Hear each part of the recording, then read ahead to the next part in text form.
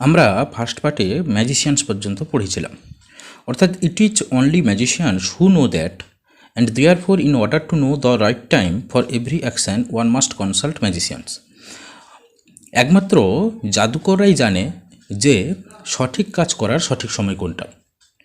তো একজনকে অবশ্যই একজন জাদুকরের সঙ্গে পরামর্শ করা উচিত। আজকে আমরা তার পরের অংশ পড়ব এবং যেটুকু অংশ পড়ব সেইটুকু অংশের ভালো করে তার বঙ্গানুবাদটা বোঝার চেষ্টা করব এবং সেখান থেকে কিছু গুরুত্বপূর্ণ শর্ট কোশ্চেনগুলোও আলোচনা করব। তাহলে শুরু করা যাক।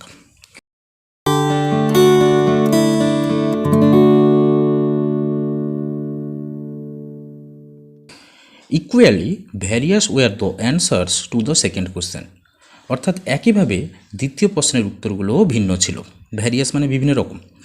সাম সেইট, কিছুজন বলেছিলেন the people the tsar most needed, অর্থাৎ জারের সবচেয়ে বেশি দরকারি মানুষগুলো হলেন ওয়ার হিজ কাউন্সিলর্স, তাঁর পারিষদবর্গ অর্থাৎ সভাসদগণ। আদার্স, অন্যেরা দ্য প্রিয়েস্ট, পুরোহিতদের কথা বললেন। আদার্স, অন্যরা দ্য ডক্টরস, ডাক্তারের কথা বললেন। হোয়াইল সাম সেইট, কিন্তু আরও কিছুজন বললেন the warriors were the most necessary, তাহলে যোদ্ধারা হচ্ছে সবচেয়ে বেশি গুরুত্বপূর্ণ।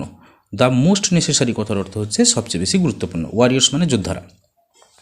টু দ্য থার্ড কোয়েশ্চেন, তৃতীয় প্রশ্নের ক্ষেত্রে, as to what was the most important occupation, অর্থাৎ সবচেয়ে গুরুত্বপূর্ণ কাজ কোনটি।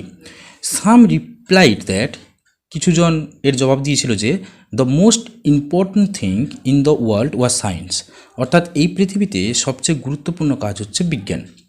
আদার্স সেইট, অন্যেরা বলেছিল ইট ওয়াজ স্কিল ইন ওয়ারফেয়ার, এটা হচ্ছে যুদ্ধের দক্ষতা, যুদ্ধবিদ্যার দক্ষতা। অ্যান্ড আদার্স, এবং এগেইন, এবং অন্যরা পুনরায় বললেন that is what it was religious worship, এটা হলো কি না ধর্মীয় উপাসনা। ঠিক আছে। All the answers being different, প্রত্যেকটা উত্তর ভিন্ন হওয়ার জন্য the tsar agreed with none of them, যার কারোর সঙ্গে একমত হলেন না। And gave the reward to none, এবং কাউকেই তিনি কোনো পুরস্কার দিলেন না। But still wishing to find the right answer to his question, এবং তার প্রশ্নের সঠিক উত্তরগুলি পাওয়ার আশায় he decide to consult a hermit, তিনি মনস্থির করলেন একজন সন্ন্যাসীর সঙ্গে পরামর্শ করবেন। Wildly renowned for his wisdom, যিনি তার জ্ঞানের জন্য বিখ্যাত ছিলেন। The hermit lived in a wood, hermit একটা বনে বাস করতেন। হি নেভার কুইটেড, সেখান থেকে তিনি কখনোই বেরোতেন না। অর্থাৎ কুইটেড কথার অর্থ হচ্ছে, নেভার কুইটেড কথার অর্থ হচ্ছে কখনোই সেখান থেকে কোথাও যেতেন না। অ্যান্ড, এবং হি received none but common folk, এবং তিনি সাধারণ মানুষ ছাড়া কারোর সঙ্গে দেখা করতেন না। কমন ফোক মানে হচ্ছে সাধারণ মানুষ। So the tsar put on simple clothes, সেই জন্য জার কী করলেন, সাদামাটা বা সরল সাদাসিধে পোশাক পরলেন। And before reaching the hermit cell, এবং হারমিটের কুটিরে পৌঁছানোর আগে, এখানে সেল কথার অর্থ হচ্ছে ছোট্ট কুটির। ডিসমাউন্টেড ফ্রম হিজ হর্স, তার ঘোড়া থেকে তিনি নেমে পড়লেন। And living his bodyguard behind, এবং তার দেহরক্ষীদের পেছনে ছেড়ে এলেন। ওয়েন্ট অন অ্যালোন, একা চলতে লাগলেন। হোয়েন দ্য জার অ্যাপ্রোচড, যখন জার পৌঁছলেন, the hermit was digging the ground, hermit তখন মাটি কোপাচ্ছিলেন। In front of his hut, তার কুটিরের সামনে। সিইং দ্য জার, জারকে দেখে হি গ্রিটেড হিম, তিনি তাকে অভিবাদন জানালেন। অ্যান্ড ওয়েন্ট অন ডিগিং, এবং পুনরায় তিনি আবার খুঁড়তে লাগলেন। The hermit was frail and weak, সেই সাধুটি বা সন্ন্যাসী ছিল খুবই শীর্ণ, ফ্রেইল মানে শীর্ণ, রোগা, অ্যান্ড উইক, দুর্বল। And each time he stuck his spade into the ground, এবং প্রত্যেকবারে তিনি যখন মাটিতে কোদালটা কোপাচ্ছিলেন, অ্যান্ড টর্নড আ লিটিল আর্থ, এবং অল্প পরিমাণে মাটি তুলছিলেন। লিটিল আর্থ মানে অল্প পরিমাণে মাটি। হি ব্রিদিড হেভিলি, এবং খুব জোরে জোরে তিনি নিঃশ্বাস নিচ্ছিলেন, অর্থাৎ তিনি হাঁপাচ্ছিলেন। The tsar went up to him and said, tsar তাঁর কাছে গেলেন এবং বললেন, I have come to you wise hermit, ওহে জ্ঞানী সন্ন্যাসী, আমি আপনার কাছে এসেছি to ask you to answer 3 questions, 3টে প্রশ্নের উত্তর জানতে বা জিজ্ঞেস করতে। হাউ ক্যান আই লার্ন, আমি কিভাবে জানতে পারি, to do the right thing at the right time, সঠিক সময়ে সঠিক কাজ কোনটি। Who are the people I most need, কোন মানুষদের আমার সবচেয়ে বেশি প্রয়োজন, and to whom should I therefore pay more attention than to the rest, এবং অন্যদের থেকে তাদের আমি কিভাবে বেশি মনোনিবেশ করতে পারি।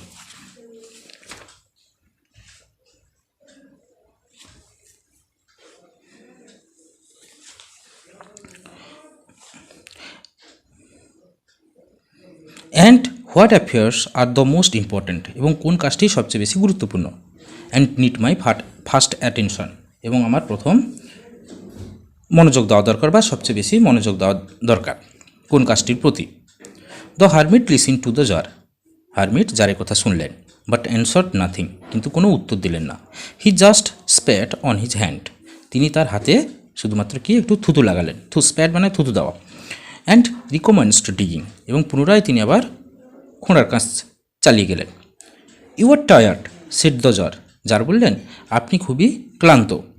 Late me take the spade, আমাকে কোদালটা দিন, and work a while for you, এবং আপনার জন্য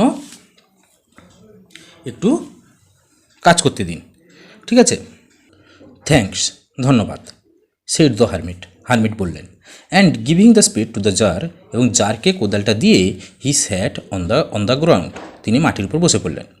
when he had dug two beds, যখন তিনি মাত্র দুটো ক্ষেত কোপালেন, তাহলে এখানে বেডস কথার অর্থ হচ্ছে যে বাগানের একটা নির্দিষ্ট জায়গা যেখানে ফুল বা শাকসবজি এরকম লাগানো হয়, তো সেই নির্দিষ্ট জায়গাকে বেডস বলা হয়। তো যার যখন দুটো ক্ষেত তিনি কোপালেন, দ্য জার স্টপড, জার থামলেন, অ্যান্ড রিপিটেড হিজ কোয়েশনস, এবং তিনি তার প্রশ্নগুলো পুনরায় আবার বললেন। The hermit again gave no answer, hermit পুনরায় কোনো উত্তর দিলেন না, বাট রোজ, কিন্তু উঠে দাঁড়ালেন। Stretched out his hand for the spade, এবং কোদালটি নেওয়ার জন্য তিনি তার হাতটিকে বাড়ালেন। অ্যান্ড সেইট, এবং বললেন now rest a while and let me walk a bit, অর্থাৎ আপনি এখন একটু বিশ্রাম নিন এবং আমাকে একটু কাজ করতে দিন। But the tsar did not gave the spade, কিন্তু জার সেই কোদালটা দিলেন না।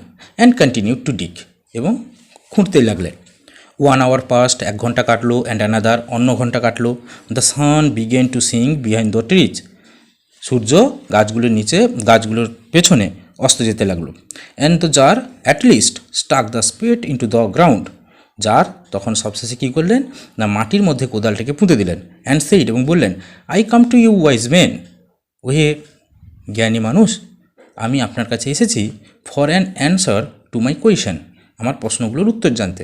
If you can give me none, যদি আপনি আমাকে উত্তর না দেন, টেল মি শো, তা বলে দিন।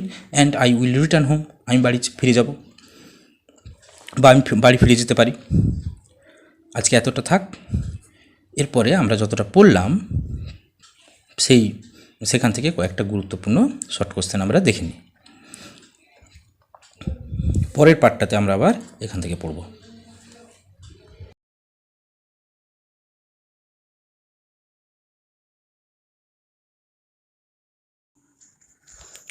Question number 1. What answer did the learned man give to the second question of the jar? অর্থাৎ জারের দ্বিতীয় প্রশ্নের উত্তরে বিদ্বান ব্যক্তিরা কি বলেছিলেন? অ্যান্সারটা হবে to the second question of the tsar, জারের দ্বিতীয় প্রশ্নটির ক্ষেত্রে some said the necessary people were the tsar's councillors, জারের সবচেয়ে গুরুত্বপূর্ণ ব্যক্তি কারা না জারের পারিষদবর্গরা। Others the priest, others the doctors, তাহলে কেউ বললেন পুরোহিতের কথা, বাকিরা বললেন ডাক্তারের কথা। While some said the warriors were the most necessary, তাদের মধ্যে আবার কেউ উত্তর দিয়েছিলেন বা কেউ বলেছিলেন যে যোদ্ধারাই হচ্ছে সবচেয়ে প্রয়োজনীয় ব্যক্তি। Question number 2. What answers did the learned man give to the third question of the jar? অর্থাৎ বিদ্বান বা জ্ঞানী ব্যক্তিরা জারের তৃতীয় প্রশ্নের কি উত্তর দিয়েছিলেন?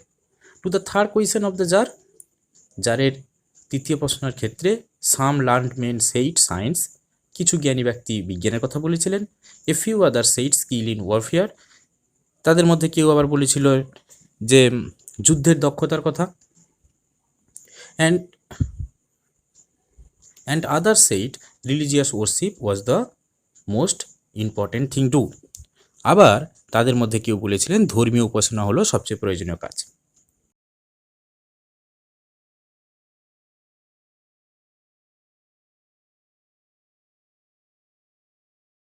Question number 3. Why did the jar decide to consult the hermit? অর্থাৎ কেন জার সেই সন্ন্যাসীর সঙ্গে পরামর্শ করতে চেয়েছিলেন? অ্যান্সার হবে being dissatisfied with the answers of the learned man of his kingdom. অর্থাৎ তার রাজত্বে বা তার রাজ্যে জ্ঞানী ব্যক্তিদের উত্তরে তিনি সন্তুষ্ট না হয়ে the tsar decided to consult a certain hermit, তিনি একজন সন্ন্যাসীর সঙ্গে পরামর্শ করতে চেয়েছিলেন।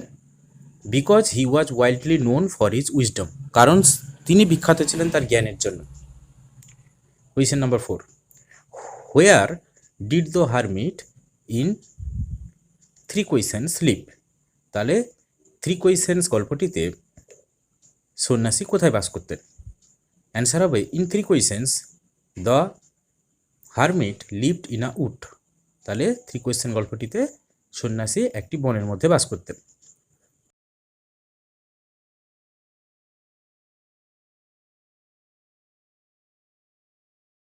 Question number 5. Why was the hermit famous? Hermit কি জন্য বিখ্যাত ছিলেন? The hermit was famous for his wisdom. অর্থাৎ হারমিট তার জ্ঞানের জন্য বিখ্যাত ছিলেন। Question number 6. What did the tsar see when he reached the hermit's hut? অর্থাৎ সন্ন্যাসীর কুঁড়ে ঘরের কাছে পৌঁছে হারমিট জার কি দেখলেন? অ্যান্সার হবে when the tsar reached the hermit's hut he saw the hermit digging the ground in front of his hut, and the jar also saw that the hermit was frail and weak, and each time he struck his spade into the ground and turned a little earth, he also breathed heavily.